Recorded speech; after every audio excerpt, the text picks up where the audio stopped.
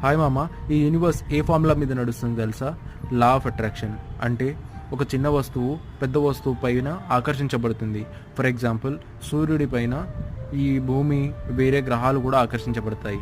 ఇలా సూర్యుడి ఫ్యామిలీ కూడా వేరే ఇంకో పెద్ద వస్తువు పైన ఆకర్షించబడతాయి. ఇది ఈ యూనివర్స్ డిజైన్ చేయబడింది. సో మనిషి బ్రెయిన్ కూడా అలాగే డిజైన్ చేయబడి ఉంటుందన్నమాట. అది మనిషి బ్రెయిన్ మీద కూడా అలానే పనిచేస్తుంది.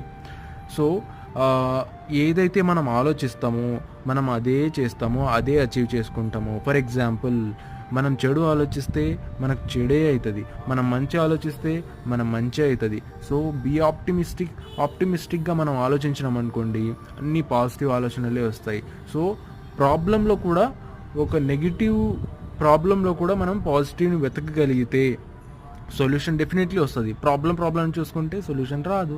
So ultimately law of